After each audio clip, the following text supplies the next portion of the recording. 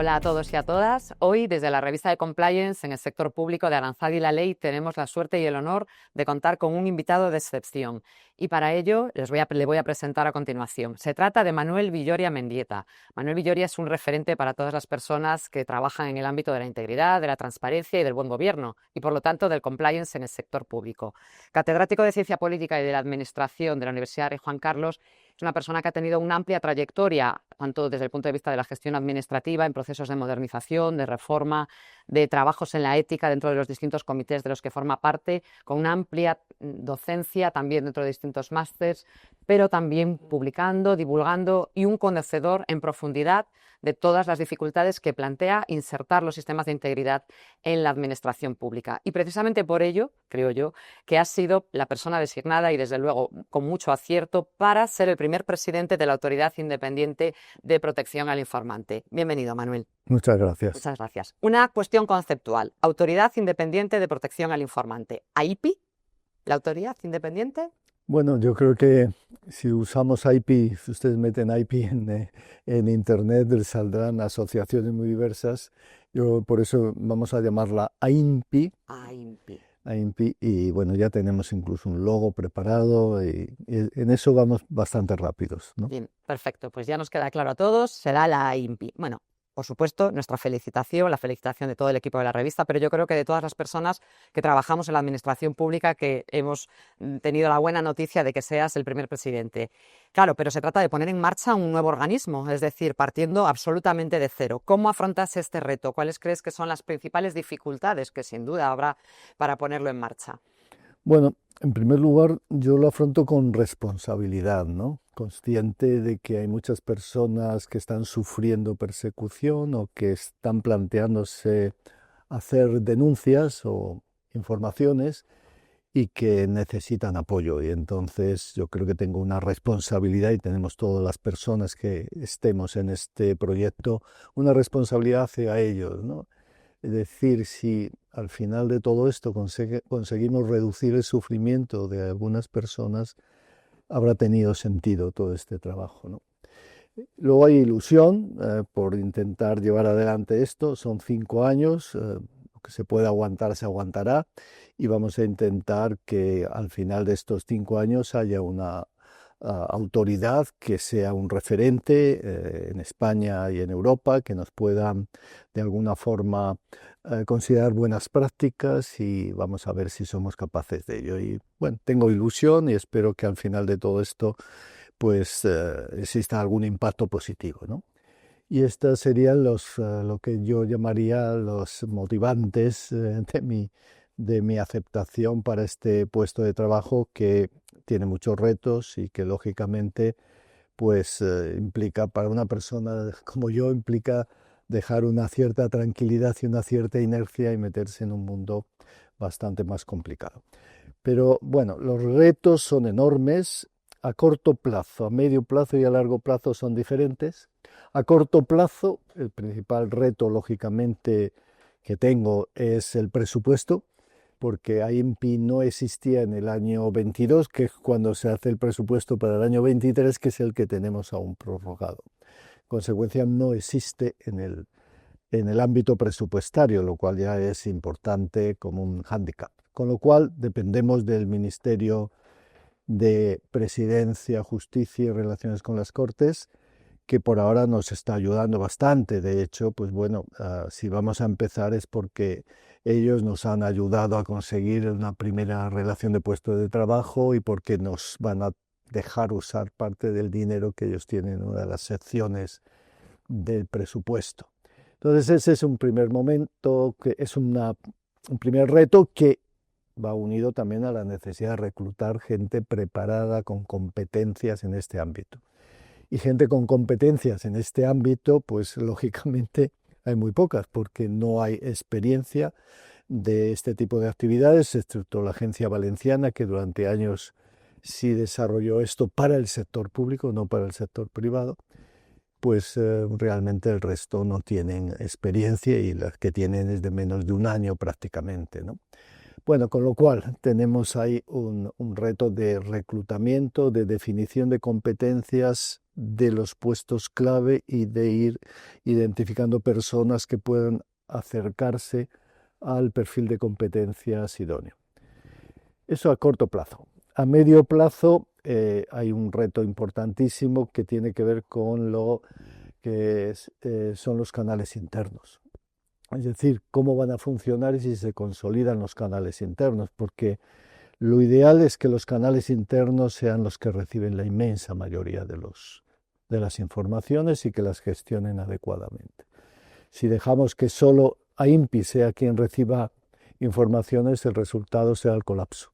Es imposible que AINPI pueda llevar adelante todo este proceso, incluso considerando que hay muchas comunidades autónomas que ya han desarrollado sus propios canales externos, pero aún así ese es uno de los retos más importantes a medio plazo.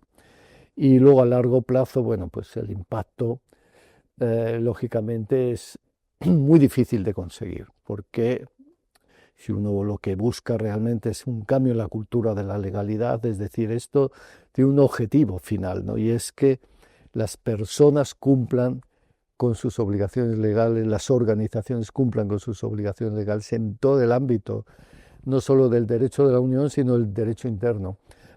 Para conseguir esto, se presume que hay un desincentivo a los incumplidores si saben que desde dentro les pueden denunciar, ¿no? Y eso se presume que dará lugar a un mayor cumplimiento de la ley, pero ese cumplimiento basado solo en el miedo no funciona. Yo espero que esto cambie en lo que llamamos cultura de la legalidad, es decir, que la ciudadanía asuma como algo normal el cumplimiento de la ley, que los casos de incumplimiento sean excepcionales y en consecuencia sean rechazados por la sociedad, sean mejor percibidos o antes percibidos y todo esto cambie. Pero claro, eso es un proceso muy complejo que sería verdaderamente el impacto ideal para el que nace la directiva y para el que se supone que nace también esta organización. Sí, bueno, desde luego ese sería el escenario ideal al que nos gustaría aspirar a todos, pero efectivamente necesitaría también de una transformación cultural importante dentro tanto del sector público como del sector privado. Bueno, podríamos decir que con tu nombramiento se culmina ya el proceso de cierre, ¿no?, de la Ley 223, que efectivamente era de febrero, 2 años van ya desde su aprobación, 1 año desde su primer, digamos, cumplimiento era en junio, luego diciembre. ¿Cómo crees que está en estos momentos el balance de cumplimiento? ¿Cómo se ha recibido? ¿Se conoce suficientemente lo que es la ley, lo que supone y los derechos que nos da a las personas que en su caso podamos querer comunicar alguna irregularidad o alguna ilegalidad? Bueno, yo creo que por ahora, por desgracia, se conoce muy poco. Cuando yo digo que me han nombrado presidente de la autoridad independiente, todos me miran diciendo, ¿qué es eso? y, y ciertamente, pues todavía tienen bajo conocimiento la norma. Solo hay alguna comunidad, la Comunidad Valenciana ya tenía, de acuerdo con algunas encuestas que hicimos, tenían un cierto conocimiento la gente de que existía canales para poder denunciar, ¿eh? Mayor que en el resto del país, lógicamente, porque allí sí existían. Pero yo creo que los datos son en este sentido bastante deprimentes, ¿no? La ley está ahí desde el año 23, pero ya estamos en el 25 y se conoce muy poco, ¿no?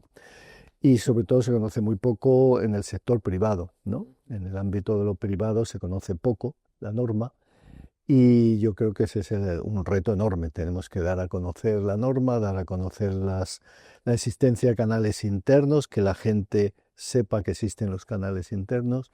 Claro, para que esto funcione, como todo, se necesita implicación política, ¿no? El tone from the top. Es decir, que si no tenemos en las empresas y en las organizaciones públicas personas que asumen el reto de yo dirijo esto y mando un mensaje hacia adentro.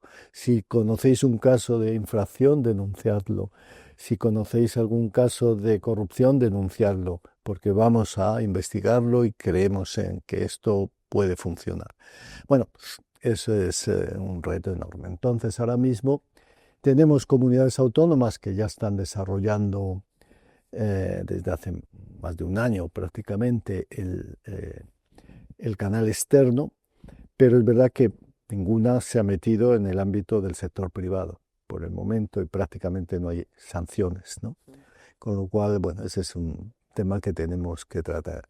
Un reto fundamental para mí va a ser el siguiente. Primero, reunirme con todas las comunidades autónomas, todos los canales externos, coordinarnos, intentar trabajar juntos. Segundo, intentar convencer a las comunidades autónomas que no lo tienen, que lo mejor es que lo tengan, que desarrollen ellas su propio modelo, porque realmente el canal de la INPI va a ser difícil que pueda hacer frente a todos los retos. Y a partir de ahí, un tema que a mí me parece clave es que tenemos que conseguir lo que llamaríamos la gran coalición. Y la gran coalición son las miles y miles de personas que en el sector privado desarrollan actividades de compliance. Y luego todos los miles y miles de personas que en el sector público desarrollan actividades de responsabilidad del canal interno. Y tenemos miles de personas que todos estamos implicados en este camino y ahí es la clave, generar una coalición en la que todos nos defendamos, y eso me lleva a algo fundamental que planteo ya desde el principio. Yo creo que cualquier persona que trabaje en el canal interno o cualquier persona que esté en compliance tiene que ser tan protegida como cualquier informante o denunciante. Y eso es un elemento fundamental y ahí creo que tenemos que seguir trabajando. Sí, bueno, de hecho acabas de tocar un tema que es absolutamente estratégico para asegurar que cumpla con su finalidad todo el sistema que diseña tanto la directiva como la ley, la protección. Claro, protección a las personas informantes. Evidentemente la ley establece toda una serie de mecanismos, se prohíben las represalias. Esto lo dice el BOE, pero eso en el BOE se dice fácilmente, pero en la práctica es muy difícil, ¿no? Evitar sanciones, desplazamientos, despidos, otro tipo de represalias, ¿no?, que puedan estar ahí. Y eso a su vez hace que en un momento determinado las personas que puedan querer comunicar esas irregularidades desconfíen, ¿no?, de esa presunta protección que van a tener, o en su caso también del anonimato de los propios canales, y esa información nunca llegue al canal, ¿no? Y sobre todo cuando son canales internos, porque a pesar de que la directiva efectivamente, y esa es la idea, ¿no?, lo que pretende es que sean esos los que sean prioritarios y se utilicen pues para poder mejorar los sistemas de gestión, en el fondo, ¿no?, haciendo, digamos que a veces encuestas de muestreo informales, las personas dan un paso atrás porque no confían del todo en que si dan el paso adelante de comunicarla, vayan a tener protección. ¿Tú qué consideras desde ese punto de vista? El régimen sancionador, que al final es como prácticamente el mecanismo que contempla la ley y además, a diferencia de otras normas, prevé sanciones tanto para sector público como privado, ¿es suficiente para ejercer por su parte también de disuasión y que las entidades afectadas no pongan represalias, o realmente es difícil en realidad proteger a estas personas? ¿Cómo podríamos arbitrar un mecanismo que les dé confianza y seguridad? Desde luego las sanciones son un desincentivo. Probablemente haya políticos o empresarios o directivos en el sector privado que decidan arriesgarse a represaliar a pesar de las sanciones, pero yo creo que la INPI va a ser bastante dura en ese aspecto. Si encontramos cualquier caso de represalia, las sanciones van a estar ahí. Y bueno, luego que recurran, pero ciertamente si tienen que pagar 300.000 euros o más de 1.000.000 de euros, pues van a tener, o 1.000.000 de euros, van a tener problemas para justificarlo ante su consejo de administración, en el caso de las empresas, o en el caso de la administración ante la propia ciudadanía. Entonces ese es un elemento importante. Lo ideal será que a medio plazo se pueda modificar la ley en dos aspectos. Uno es el de que esta ley y la ley de enjuiciamiento criminal, yo creo que es fundamental que quienes denuncian directamente ante la Fiscalía, ante la Policía, ante el Juzgado de Instrucción, tengan también la protección que le garantiza esta ley, que ahora mismo no la tienen.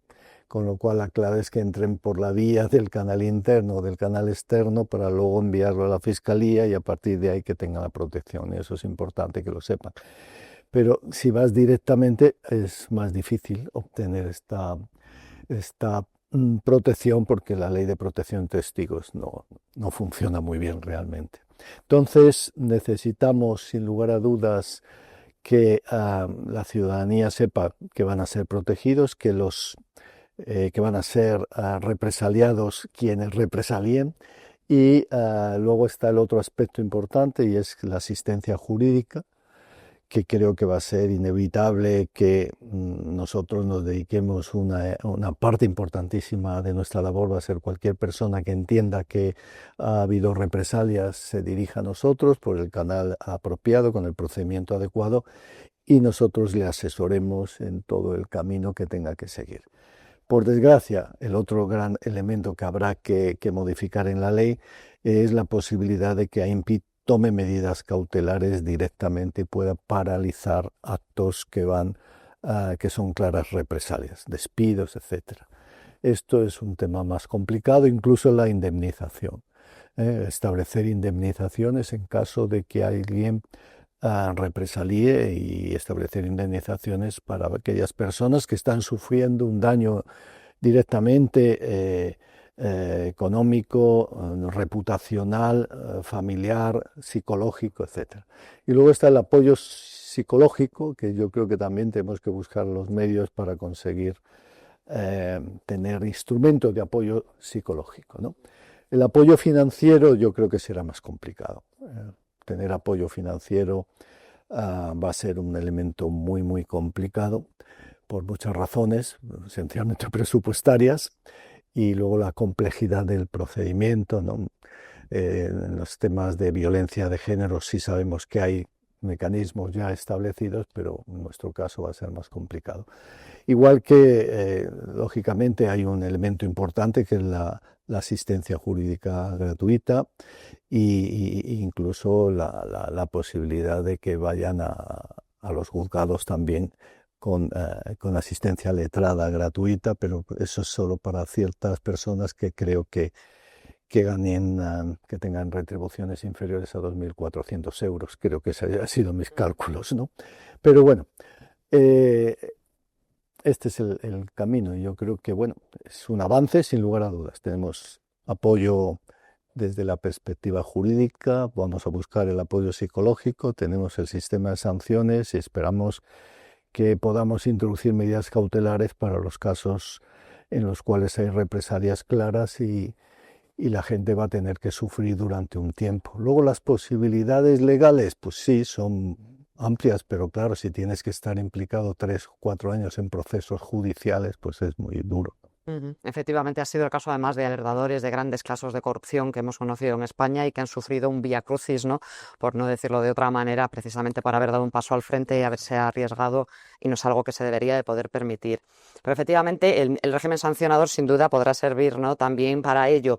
Y sobre todo teniendo en cuenta que tenemos, y sobre todo en los últimos, yo creo que 10 años, se han ido creando distintos organismos y que se ocupan sectorialmente de distintos ámbitos, el Consejo de Transparencia y Buen Gobierno y los correspondientes autonómicos, pero no tienen tampoco régimen sancionador ni tienen capacidad de poder imponer sanciones, o en el caso de contratación con la OIRESCON, que también pues hace esa labor de supervisión, pero tampoco tienen esas posibilidades sancionadoras. Entonces, desde ese punto de vista también hay siempre pues como esas voces, ¿no?, que surgen y que dicen otro organismo más, ¿no? En este caso, afortunadamente, tiene capacidad sancionadora, con lo que la pregunta sería, ¿es este el modelo adecuado, el mejor? ¿Sería mejor contar con una única autoridad que se encargara de todo ello y que pudiera sancionar? Porque, por ejemplo, en el ámbito de infracciones graves o muy graves, en materia de contratación, en materia de gestión de personal o de transparencia, acabarán llegando a la autoridad independiente, ¿verdad?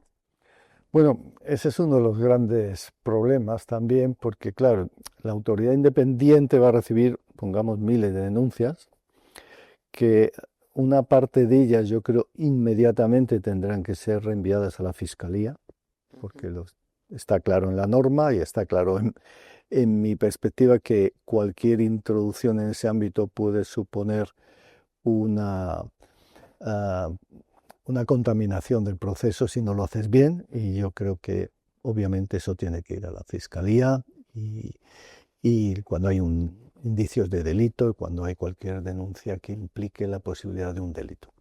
Luego hay otro conjunto de informaciones o denuncias que tendrán que ir a los órganos especializados, porque nosotros, ámbito seguridad aérea, seguridad nuclear, seguridad alimentaria, incluso en el ámbito probablemente muchas veces de laboral, pues tendrán que ir a la inspección de trabajo, ¿no?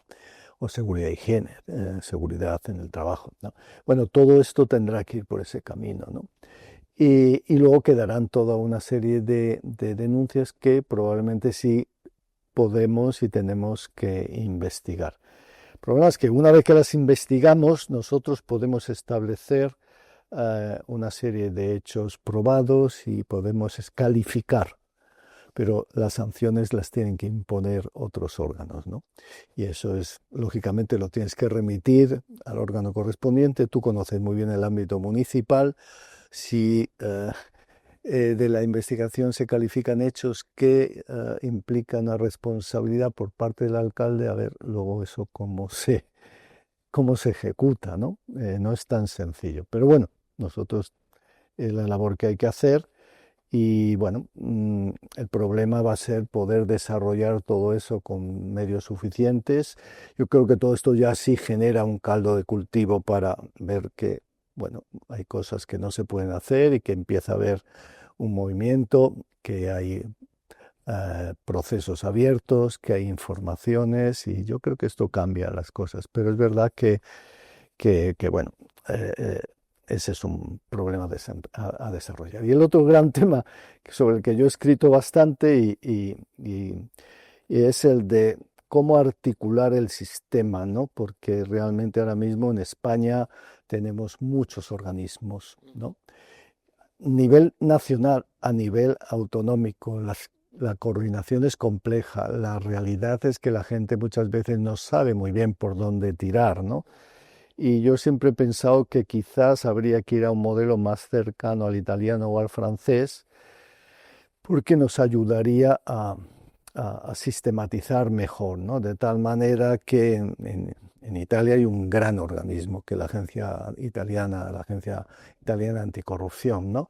Y esta Agencia Nacional Anticorrupción Italiana tiene competencias de protección a los informantes, de definición de la estrategia anticorrupción, de control de la contratación pública, de conflictos de interés. Bueno, es un gran órgano inmenso, muy potente, que yo creo que además funciona razonablemente bien, que tiene toda serie de gestores, lo que llamaríamos aquí responsables del canal interno, que ciertamente no han sido perseguidos ni represaliados en Italia por el momento, ¿no?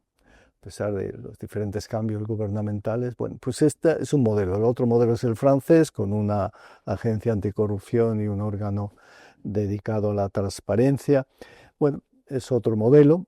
Bueno, vamos a ver, pero es verdad que aquí a medio plazo deberíamos replantearnos si necesitamos 6, 7 órganos diferentes o si no podemos ir configurando uno o dos grandes órganos que hagan prevención de la corrupción, ¿no? Que es de lo que se trata, ¿no? Todo el ámbito de la prevención de la corrupción en sus diferentes áreas podrían centrarse en dos grandes órganos. A mí no me importaría que me cesaran si es para generar un gran órgano o dos órganos que recojan competencias distintas y sistematicen todo este trabajo. Bueno, eso sería, yo creo que en términos de costes, de economías de escala, sería positivo, ¿no? Y luego, pues yo no veo grandes peligros de tener un superórgano que pueda tener objetivos políticos o convertirse en un peligro para el sistema, ¿no? Bueno, la experiencia que tengo en muchos de mis trabajos para la OCDE y para otros órganos internacionales es que, bueno, si tú consigues tener un sistema de control judicial adecuado, pues estos órganos anticorrupción, si se pasan, al final sus directivos van a la cárcel también como cualquier otro, ¿no? Claro. Sí, sí, efectivamente, no, de acuerdo. Bueno, pues ya para ir cerrando la entrevista, rápidamente, dentro de un año, ¿cómo nos vemos? ¿Cuál es el escenario que te gustaría, el ideal que te gustaría tener? Bueno, el ideal sería tener un presupuesto, que hubiera presupuestos y tener un presupuesto para poder funcionar como autoridad independiente, ¿no? No depender, a pesar de la buena fe del Ministerio, del apoyo, pues tener capacidad para ir desarrollando nuestro trabajo. Y nuestro trabajo dentro de un año nosotros tenemos que tener claro, establecido ya el mecanismo de protección, tenemos que tener desarrollado nuestro régimen sancionador, tenemos que tener abierto el canal externo y bueno, el gran reto para mí, y este es uno de los problemas que tengo lógicamente para la organización inicial, el gran reto es tecnológico. Yo creo que la clave es la inteligencia artificial. Ser capaces de tener un organismo muy avanzado en términos tecnológicos y de inteligencia artificial que nos permita, ¿verdad?, avanzar sin necesidad de tener las 250 personas que yo creo que se necesitarían para poder hacer el trabajo. Como no vamos a tener 250 personas a corto ni a medio plazo probablemente, pues necesitamos las nuevas tecnologías. Si conseguimos entrenar bien el sistema para que dentro de un año empiece ya a ayudarnos a la inteligencia artificial, pues yo creo que será un avance unido a cerrar elementos de reclutamiento e ir construyendo los pilares del sistema. Efectivamente, pues un buen punto, la inteligencia artificial. Pues nos emplazamos a dentro de un año para ver si efectivamente hemos conseguido esos avances. Muchísimas gracias, Manuel Villoya, por habernos acompañado hoy, presidente de la Autoridad Independiente de Protección al Informante, de AINPI, y gracias por darnos esta entrevista para la revista de Compliance en el sector público de Aranzadi y la Ley. Ha sido un placer y os agradezco mucho la invitación, de verdad. Gracias a ti.